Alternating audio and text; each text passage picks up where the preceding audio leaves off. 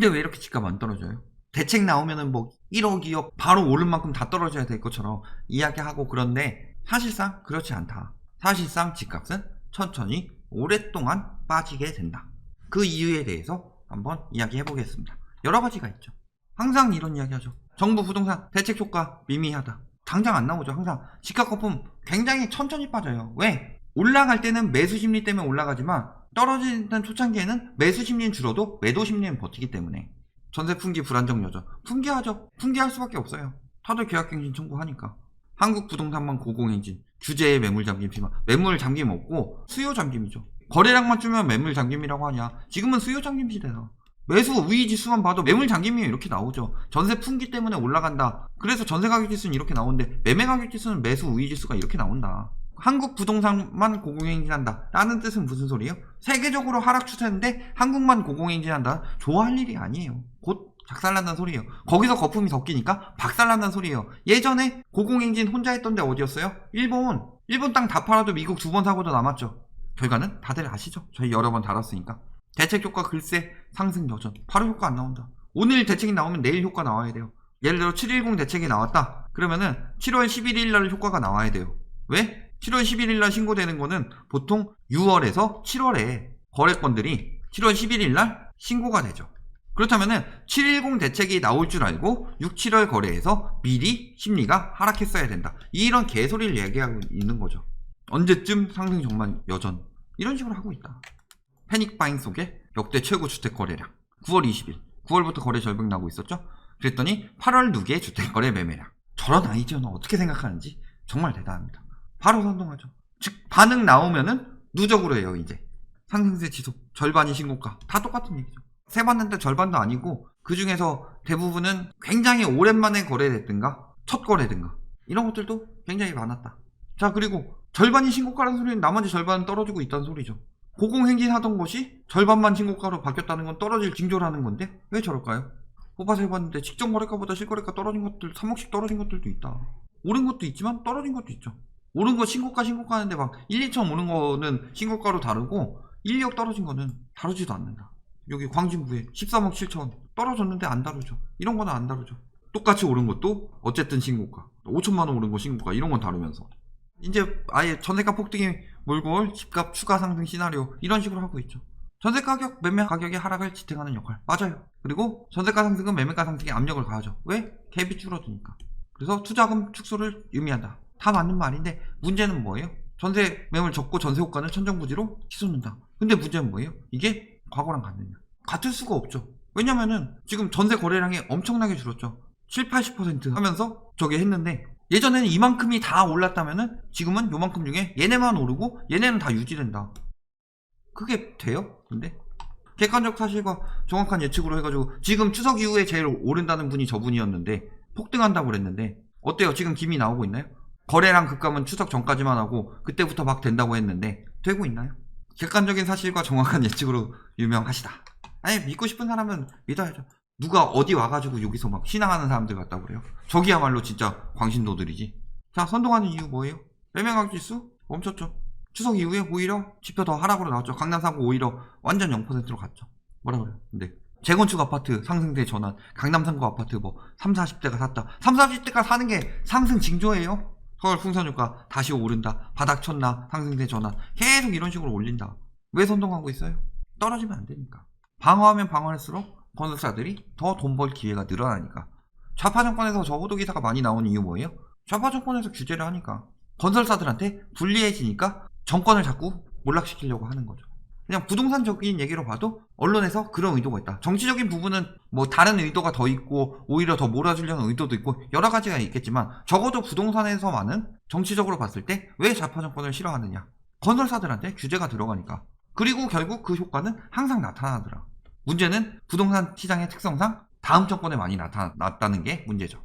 30대 영끌에서 집 샀다. 2년 새 7배 넘게 증가. 30대가 이렇게 많이 샀다는 거 40대, 50대가 엄청나게 줄였다는 소리입니다. 자 등락이 계속될 때가 하락의 징조죠. 늘 이야기하지만 이번 때도 떨어졌다 올랐다 떨어졌다 올랐다 그래요. 길게 떨어졌다가 길게 올랐다가 짧게 떨어졌다 짧게 올랐다 비슷하게 가고 있죠. 말 잘 지어내요. 그렇죠? 제가 당위적으로 보지 말라고 한 게 아니라 지금 시기는 아니라고 몇 번이나 얘기했죠. 당위적으로 보지 말아야 될 거면 아예 예전에 뭐 2015년부터 이야기했겠죠. 저랑 많이 비교하시는 그런 분들이랑. 근데 지금 아니고 특히 실수요들 주의하라고 하는데 그거를 지들 투기꾼 입장에서는 보지 말라. 이 새끼한테 입만 벌리면 거짓말이 자동으로 나와. 항상 이야기하지만 등락 계속될 때가 하락의 징조다. 이번 때도 계속 올라가다가 등락하면서 장기적 하락 갔어요. 지금도 계속 올라가다가 등락이 나타나기 시작했죠. 그 다음에 하락이 나오는 거예요. 문제는 지금 심리가 더욱 조장이 되는 이유는 예전과 달리 예전에는 젊은 세대들이 30대들 특히 정보를 접할 수단이 지금보다 적었다. 그러니까 패닉 바잉이나 이런 게 쉽게 일어나진 않았는데 지금은 어때요? 인터넷에서 맨날 기사들 띄워주고 유튜브 보면 광고로 막 어디 오른다고 나오고 있고 돈 번다고 나오고 있고 그러니까 30대들 패닉 바잉이 나와서 이런 식으로 지금 미미하게 나오고 있지만 항상 저렇게 등락 반복될 때가 하락의 징조예요. 반대로 하락하다가 등락 반복될 때가 상승의 징조가 되겠죠. 여태까지는 천천히 오랫동안 빠진 이유 매도자 심리 왜 그래요? 처음에 거래량 감소해도 오를 것이란 마음이 있죠. 언젠간 다시 오른다 일시적이다 라는 생각으로 매물을 잠급니다. 93때 안 그랬는데 나중에 패닉바잉 막 기사에서 유도해서 오른 거죠. 그러니까 12, 16때 이게 통하는 거죠. 매물 잠금 들어가기 시작하죠. 그러다가 뭐예요? 급매물 나오면 마음이 급해지죠. 버틸 사람은 버티고 못 버티는 사람은 같이 급매물 내놓겠죠. 그러니까 자기가 산 가격보다 특히 마지막에 산 사람들 자기가 산 가격보다는 싸게 안 팔려고 하겠죠. 이게 매도자 심리예요. 급매물을 내놓더라도 내가 11억에 샀는데 지금 막 고가가 10억에 나오고 있더라도 투기 목적으로 샀고 내년에 보유세 부담이 되지만 지금 10억에는 못 팔겠는 거예요. 처음엔 그래요. 근데 결국에는 훨씬 더 낮은 금매물로 던지게 되죠. 왜? 하락세가 지속되게 되면은 이 기간까지가 굉장히 오래 걸린다. 보통 여기 매물 잠금하고 여기 버티기까지가 요때가 한 1년 정도는 지속돼요. 보통 급매물 나오면서 마음 급해진다고 하는데 이 급매물 나오는 것들이 어떤 거예요? 못 버티는 매물들. 예를 들어서 이자 부담 너무 해서 연끌했는데 집값 떨어져서 못 버티는 매물. 그 다음에 뭐 규제 강화된 법인 말소된 임대사업자 이런 매물들이 급매물로 나올 것이다. 일반인들은 버틸 때면 버틸 거예요. 근데 문제는 얘들이 엄청나게 많이 떨궈 놓죠. 그러니까 훨씬 더 낮은 가격으로 그때는 매수 심리가 완전히 떨어져서 올라갈 기미가 안 나오니까 그때 급매물로 던져요. 근데 그때 급매물로 던지면 어떻게 돼요? 심리가 이미 바닥을 안 산다. 이게 매도자 심리에서 장기적으로 떨어지게 만드는 이유죠. 결국에 막판에 어떻게 돼요? 극적으로 겨우 완전 급매물로 팔든가 아니면은 경공매로 나온다. 보통은 극적으로 팔기 전에 경공매에 먼저 들어가는 경우가 많죠. 아니면 아예 극적으로 팔든가. 보통 이러면서 쭉 떨어지는 거죠. 반대로 매수자 심리는 어때요? 거래량 감소. 지금 얘기했죠? 제가 거래량 감소가 키워드라고. 거래량 감소되면은 그 전에 살려는 사람들도 관망세로 바뀐다. 그 다음에 급매물 나오기 시작하면 관망세 계속 유지하기 시작하죠. 지금 급매물 나오고 있죠. 4억 떨어진 거 그거 법인 특수거래다. 법인 규제 들어갔으니까 법인 특수거래가 아니라 법인 급매물을 유도하는 정책을 했는데 정책 효과가 아니라고 우기는데 아는 사람은 알죠. 그럼에도 호가가 아직 높아요. 급매물 너무 높죠. 아직도 급매물 너무 비싸요. 지금 급매라고 했던 것도 실거래가에 비해서 비싼 것도 있어요. 호가를 워낙 높여놔서. 그러니까 살 엄두도 안 나는 경우도 많고 여력도 안 되는 사람도 많다. 지금 규제도 많이 강화돼서 특히 대출 더욱 강화되고 있죠. 여기서 급매물이 더 나오면 어떻게 돼요? 더 관망하는 거죠. 이 급매물 나오면서 여력이 되는 경우 매입하는 사람도 있고 계속 기다리는 사람도 있겠죠. 계속 기다리는 사람은 어쨌든 수요 엄청나게 감소한 거니까 안 사는 거고 여력이 될 경우 매입하는 수요도 많지는 않아요. 드문드문 있죠. 그 사람들이 뭐를 나타내 주는 거예요? 하락 지표를 지수로 나타내 주는 거죠. 이 지수가 하락하는 지표가 나타난다. 그러면은 다시 심리 회복될 때까지 계속 매수 수요들은 기다린다.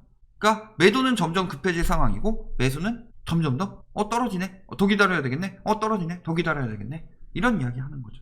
이미 40대, 50대들은 2011년에서 14년 넘어갈 때 떨어질 때 늘렸죠. 그리고 20년까지 올라갈 때 팔아서 줄였다. 그때 늘리고 있는 인간들이 누구다? 20대, 30대.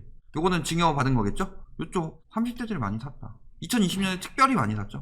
60세에서 69세는 집 늘린다고 이 사람들이 부동산 시장에 엄청난 시세 차익을 보고 노린다고 보면 안 돼요. 60세들은 왜 늘려요?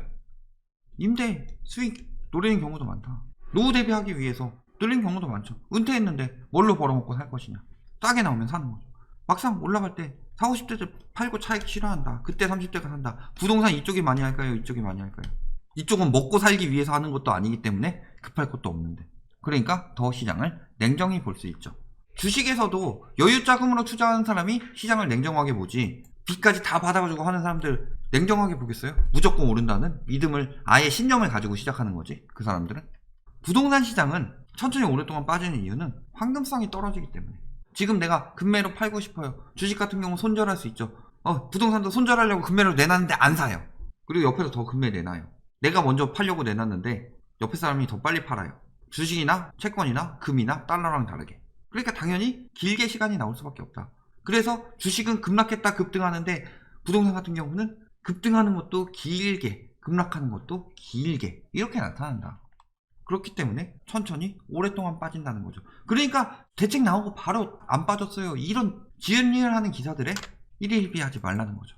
타성기간 길죠? 부동산 대책 바로 나와요. 적어도 이건 통계 나오는 데만 30일에서 60일이었죠. 지금은 30일로 바뀌었죠. 신고기간 때문에. 그 다음에 주택 공급. 지금 대책 세우면 3에서 5년 나오죠. 반영이 늦을 수밖에 없다. 2021년에 문재인 정부의 재건축 규제로 인해서 공급 부족이 일어나서 집값 폭등한다? 2021년 거는 그 전 정부에 인허가가 안 나와서 그런 거고, 지금 정부에서 며칠 많이 나오는 거 그때 인허가 나와서 공급 부족 나타나는 거고, 앞으로 공급 과잉되는 거 지금 정부에서 추진하고 있는 정책들 때문에 다음 정부에서는 공급이 굉장히 과잉될 것이다. 이번 정부에서는 규제가 강하고 다음 정부에서는 공급이 과잉되는데 왜 아직도 오른다고 생각하고 있죠? 실거주도 계약기간 전세를 살더라도 집값이 떨어지고 있어도 나는 지금 당장 안 되죠. 2년 버텨야 되죠. 실거주 비과세 받으려면 2년 버텨야 되죠. 당연히 반영이 늦게 될 수밖에 없다. 금융자산이랑 부동산 자산을 똑같이 비교하면 안 되죠.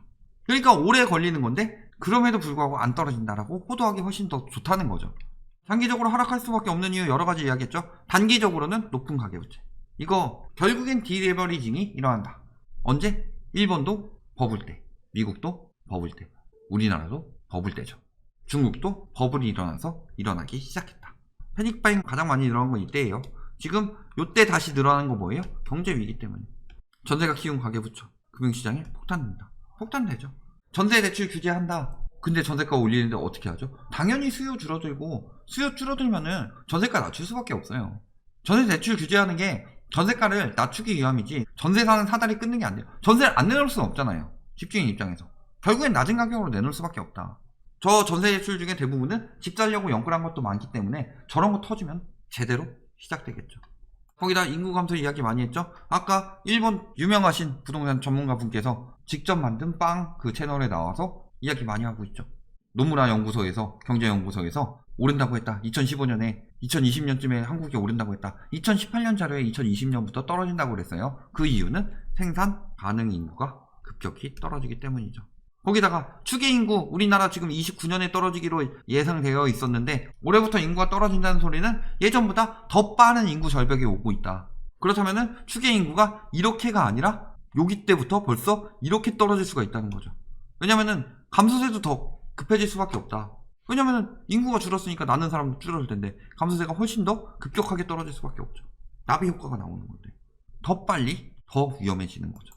매수 우위지수. 그리고 한번 떨어지면은 장기적으로 심리도 회복 안 된다. 예전에 리먼 때 떨어졌을 때 심리 회복돼서 바로 돼서 올랐죠. 기사들을 얼마나 많이 썼어요 그때. 지금 다 지워버렸죠. 지럴드 뭐 이런데 인터넷에 제목은 뜨는데 눌러보면 삭제했어요. 쥐들이 구라친 기사들. 그리고 장기적으로 하락할 때 매수 우위지수 오지게 떨어졌다. 40도 안 나오고 있다. 장기적으로 계속 이렇다. 왔다리 갔다리 하고 있죠. 떨어지게 되면 끝이다. 한번 급격히 떨어지게 되면은 심리 회복 장기적으로 어려워진다. 근데 제가 이야기했듯이 인구 감소되죠. 그 다음에 가계부채 터지죠. 장기적으로 떨어질 수밖에 없어요. 그때 집값이 다시 올라갈 수 있겠느냐? 저는 없다고 봐요. 다만 초이노믹스 같은 미친 정책이 다시 나오지 않는 것으로 가정했을 때. 근데 저 폐해를 본 다음 대통령이 미쳤다고 저짓거리를 또 하느냐? 결론. 장기적으로 떨어지는 이유 첫 번째 매도, 매수, 심리 차이죠. 오를 때는 둘 다 오른다고 할 때가 오르는 거고 떨어질 때는 둘 다 떨어진다고 할 때가 떨어지는 거다. 그 사이에 기간 동안에 매도는 오른다고 생각하고 매수는 떨어진다고 생각하기 때문에 이 상황에서는 거래 절벽에 신고가가 나오고 보합인 형태가 나오게 된다. 이 기간이 길죠. 환금성이 떨어지기 때문에. 그리고 정책에 대한 타성 기간이 길죠. 그래서 지금 효과 보는 정책들이 많이 나오더라도 그렇게 확확 떨어지진 않는다. 지금 금매 나오면 살까요? 올해 말에 금매 나오면 살까요? 내년 초에 금매 나오면 살까요? 사지 마세요. 안 사고 기다리면은 계속 떨어집니다. 거기다가 지금 단기적으로 가계부채 위험이, 장기적으로 인구 및 생산인구 감소 위험이 있다. 다른 것보다 이게 핵심이다. 유동성이요. 가계부채가 너무 많아서 유동성이 늘 수가 없어요. 수요가 줄어들 수밖에 없어요. 특히 생산인구가 줄어서, 생산인구가 줄다는 건 집에 사는 수요가 줄어들 뿐만이 아니라 집에 유동성을 공급해주는 수요가 줄어든다는 얘기예요. 일본도 생산인구 감소와 동시에 하락했고 결국 장기적으로 빠진다. 아직도 언제 살까요? 그래서 언제 사라고요? 그래서 언제 사라고 이런 얘기 많이 해요. 최소 한 3, 4년 기다리라고. 그런데 왜 자꾸 언제 사냐고 물어봐요. 제가 언제부터 이야기했어요? 이렇게 타성기가 생기면서부터 이야기했죠. 보합세 나타나면서부터 이야기했죠. 그때부터 위험 경고기 때문에 확실히 이제는 더 이상 안 된다. 경고등이 들어왔기 때문에 이야기하는 거다. 30대 수요들이요. 지금 엄청 많이 산다고 하고 있죠. 40, 50대들이 다 팔고 빠지고 있습니다. 그래도 지금 사야 돼요.